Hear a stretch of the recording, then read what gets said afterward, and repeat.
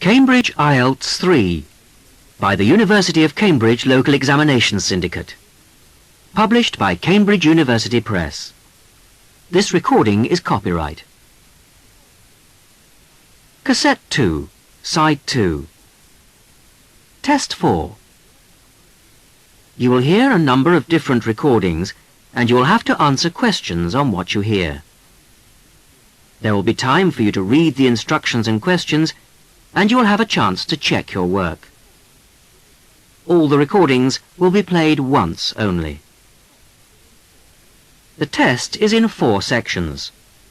Write all your answers in the listening question booklet. At the end of the test, you will be given 10 minutes to transfer your answers to an answer sheet. Now turn to Section 1.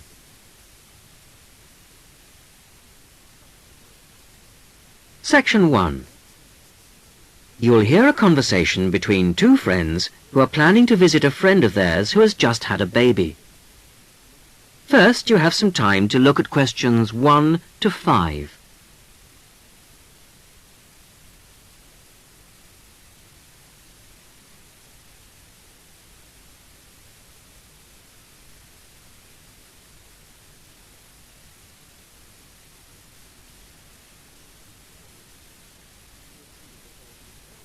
You will see that there is an example which has been done for you. On this occasion only, the conversation relating to this will be played first. John, I've just had some good news. Susan has had her baby. Do you know when she had it? Yesterday, the 10th of August. Oh, my father was born on August the 10th. The baby was born on the 10th of August. So, the 10th of August has been written on the form. Now we shall begin. You should answer the questions as you listen, because you will not hear the recording a second time. Listen carefully to the first part of the conversation and answer questions 1 to 5. John, I've just had some good news. Susan has had her baby. Do you know when she had it? Yesterday, the 10th of August. Oh, my father was born on August the 10th. Give me the details and I'll make a note for everyone at work. Okay. Well, was it a boy or a girl? It's a boy. And what are they going to call him? Tom. Tom Lightfoot. That sounds quite good, don't you think? Yes, that has quite a good ring to it. You know, he's quite a big baby. He weighed 4¼ kilos when he was born. Oh, that does sound big, 4¼ kilos. And he's long, too, 46 centimetres. Tall parents. He'll grow up to be over 2 meters, I'd say. With masses of black hair, curly black hair. You know, we should go and visit them in hospital. What about tomorrow afternoon at around 1 p.m? Yes, okay. Where should we meet? I could come and pick you up at your house if you like. Yes, that would be wonderful. My car is still off the road. Just refresh my memory. What's the address again? It's 15 Chesterfield Road, Paddington. It's next to the library, isn't it? Not exactly. It's next to a bank. The State Bank, actually. The library is opposite us on the corner. That's right. And there's a garage on the other street corner. I remember now.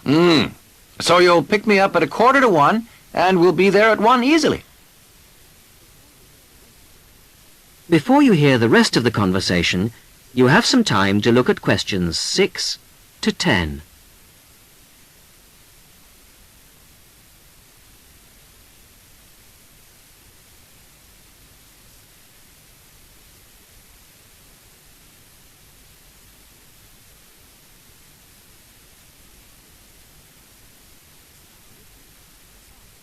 Now listen and answer questions 6 to 10.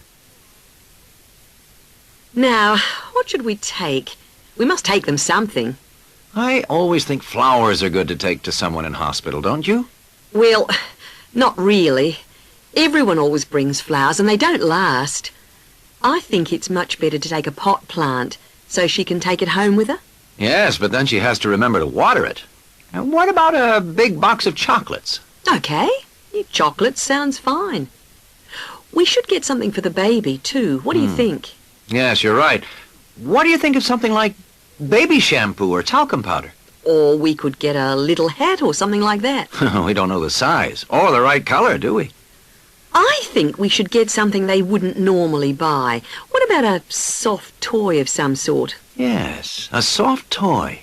What about a teddy bear? I could get one early tomorrow at the market, and I could probably get the chocolates there, too. Good. So you'll pick me up at 1:45 at my place, and I'll make sure that I've got the presents. You must remember how much you paid for the gifts, so I can pay you back for half. If they're going to be from both of us, I would like to go shares. Okay. I'd say the chocolates would be about $15 for something nice and not too small, and the toy would be around $35 or so, I think. Good, that'll be fine. About $25 each then. Good. I'll pick you up then on Sunday at 12:45. Okay. See you then. Bye. That is the end of section 1. You will now have half a minute to check your answers.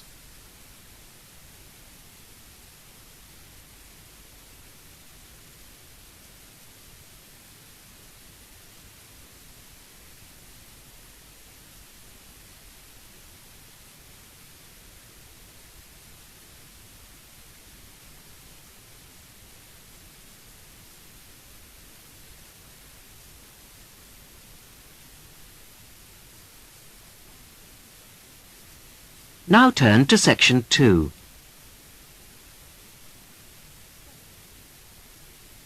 Section 2. You will hear a popular science radio program. Liz Shearer talks about some new devices for use in the home. First, you have some time to look at questions 11 to 16.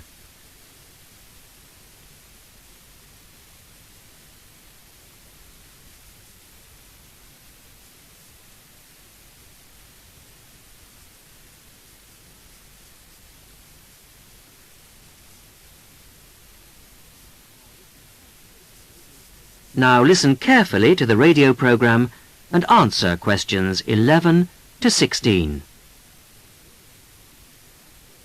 Good evening. Tonight's show comes to you from the Good Home exhibition in Duke's Court, where we've been trying out some of the latest gadgets on show here and getting our resident expert, Liz Shearer, to tell us which ones are worth buying and which will die a death. Well, hello.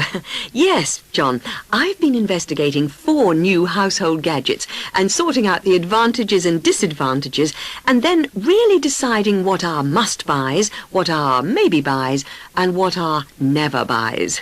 Let's start with this vacuum flask for keeping drinks hot.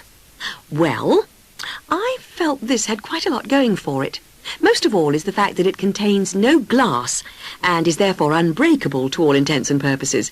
It's made of stainless steel, which is guaranteed for 20 years. Hope that's long enough. And it's true what the manufacturer claims, that it does maintain heat for 18 hours. So that's pretty good. On the downside, it really works out to be quite expensive, and much more surprisingly, it unfortunately leaves a strange taste, you know, when you've drunk from it. So all in all, my recommendation would be it's got plenty of advantages, but it is rather expensive, so I'd say you should maybe buy it.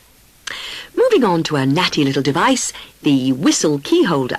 Basically, this is where you whistle, and the key holder gives off a high-pitched noise and flashes light, so you can find it. One advantage of this model is that it also has a small light. You press the button, and this means you can find keyholes easily. I also felt the small size was a real advantage. Now, on the weaker side, I did find the noise unpleasant, which I'm sure the designers could have done something about. And I found that it didn't work through metal, so it's mainly useful for finding in coat pockets, cushions, etc. But taken as a whole, I thought it was a masterpiece of design and would highly recommend it. Now you have some time to look at questions 17 to 20.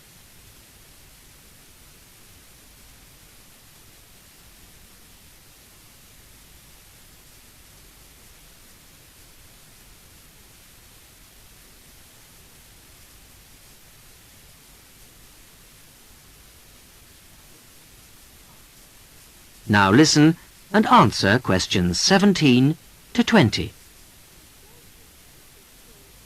The third gizmo is called the Army flashlight because it was developed initially for military use. It works by squeezing the handle to generate the power.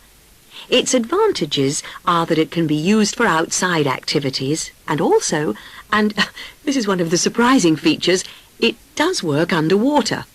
My main objection to it, though, was although it did work in these conditions, this model gave off a weak light. So my recommendation, I'm afraid, would have to be to avoid this one.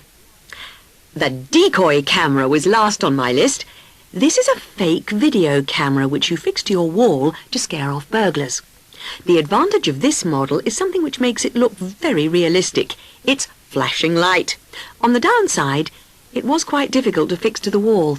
However, burglary is such a major problem these days that it is worth the effort. So, this gets my strong recommendation. OK, thanks for that, Liz. And now I'd like...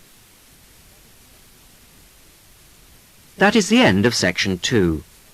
You will now have half a minute to check your answers.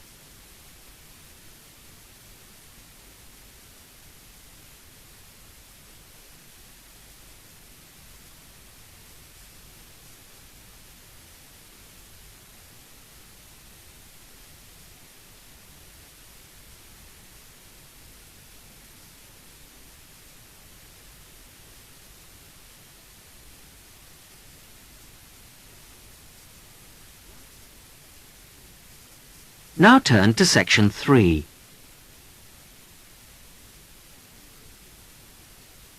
Section 3. Listen to a female student, Amina, talking to her tutor, Dr. Bryson, about her project on local history. Amina has completed a first draft of the project. First, you have some time to look at questions 21 to 26.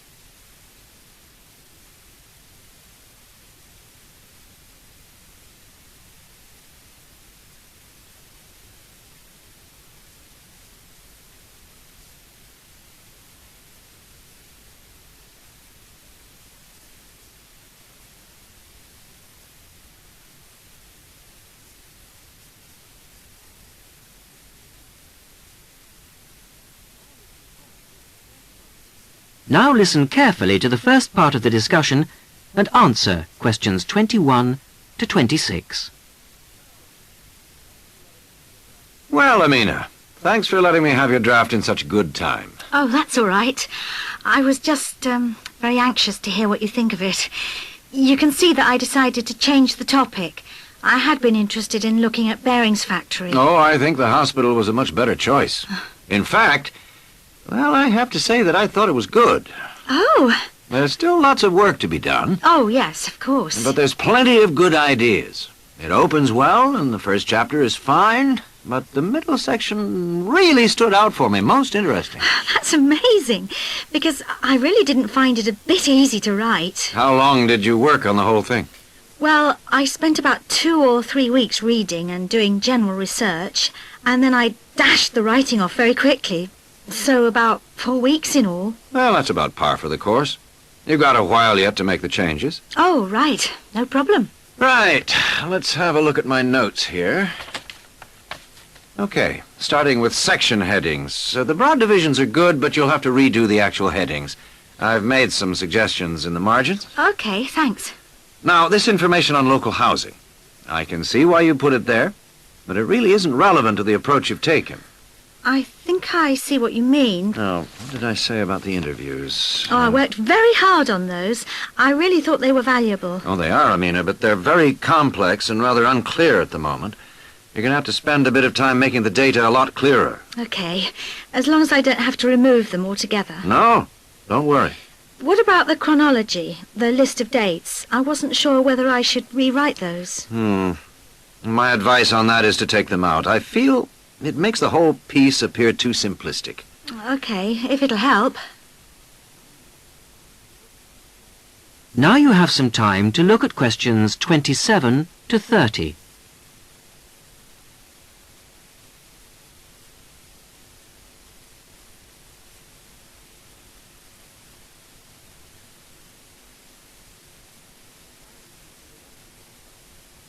Now listen to the rest of the discussion and answer questions 27 to 30. Now, there are a couple of other books I'd like you to look at. Have you got a pen? Right. Approaches to Local History by John Mervis. Right. And then I think you need to think about ways of representing interview data. Have a look at Sight and Sound by Kate Oakwell. Sight and sound. And you know I'm going away on holiday next week. Yes. So when you've made the changes, I suggest you show the work to your support tutor. Support tutor. Right. Then you do the proofreading. Proofreading. When by, do you think? I'd aim for the 29th of June. And after that, you should get it laser printed. But be careful, because the computer center closes on the 10th of July. And then I hand it in to... Oh, the faculty office, as usual. OK, that's fine. I think I'm all set now. Thanks very much for all your help. A pleasure. See you when I get back. Yep. Thanks, Dr. Bryson. Bye. Bye. That is the end of section 3. You will now have half a minute to check your answers.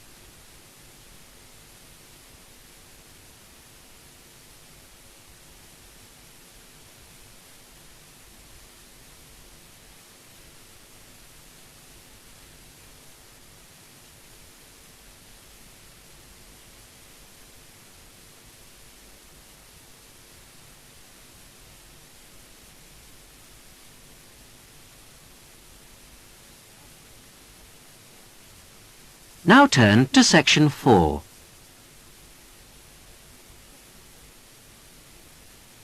Section 4.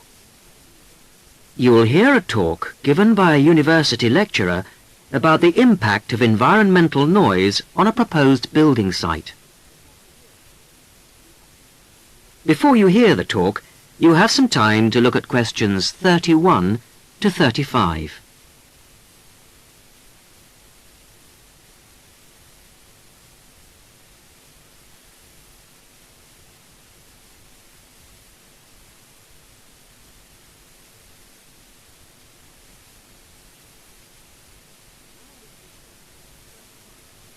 Now listen carefully to the first part of the talk and answer questions 31 to 35.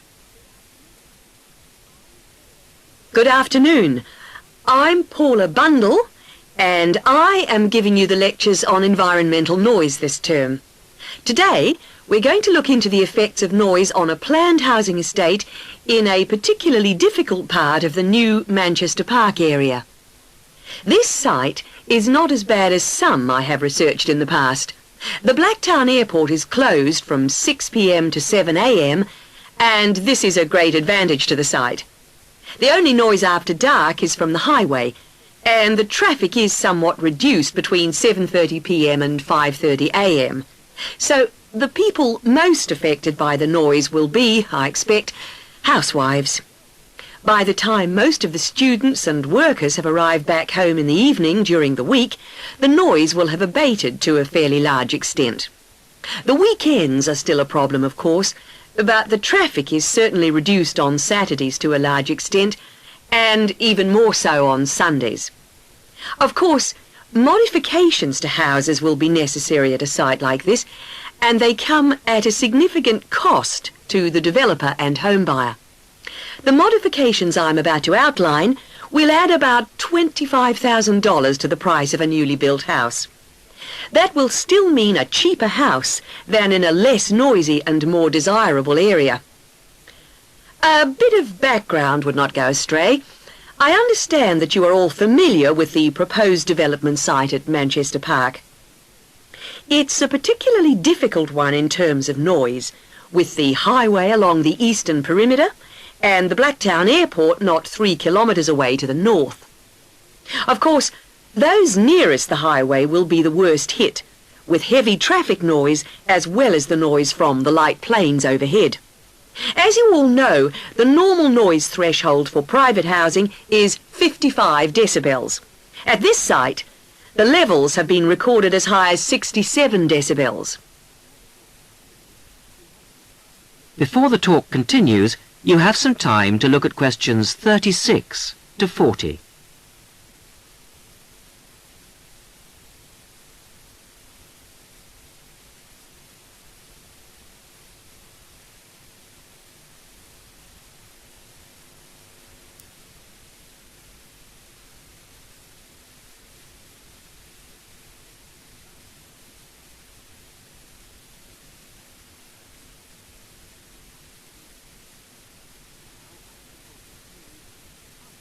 Now, as the talk continues, answer questions 36 to 40.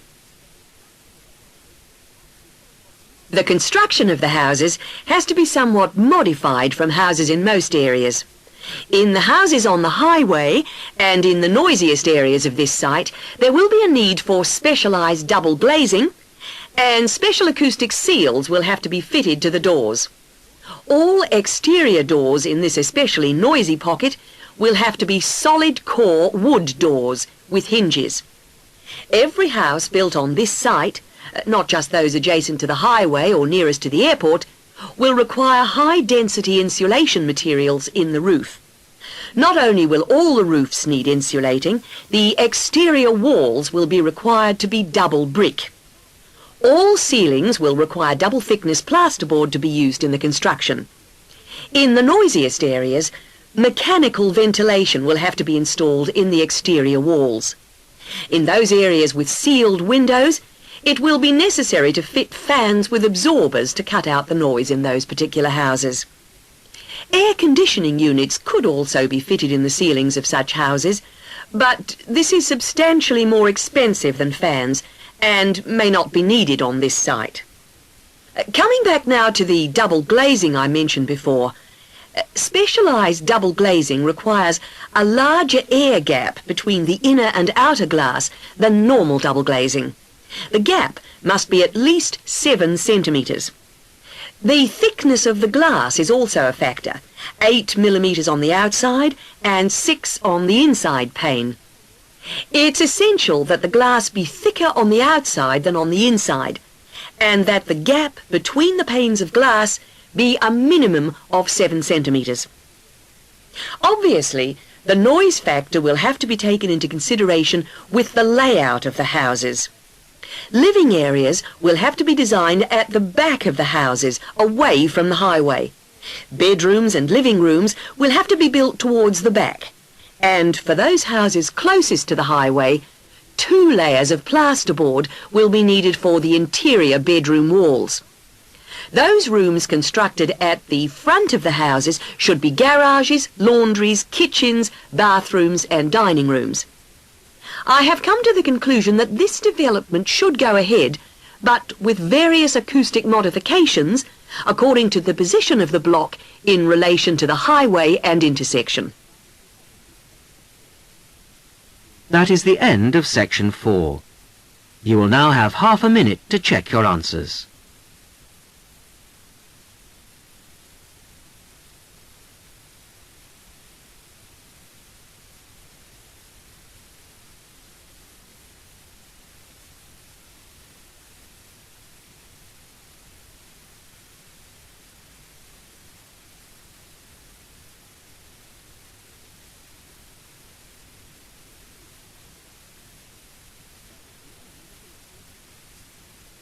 That is the end of the listening test. In the IELTS test, you would now have 10 minutes to transfer your answers to the listening answer sheet. That is the end of Side 2.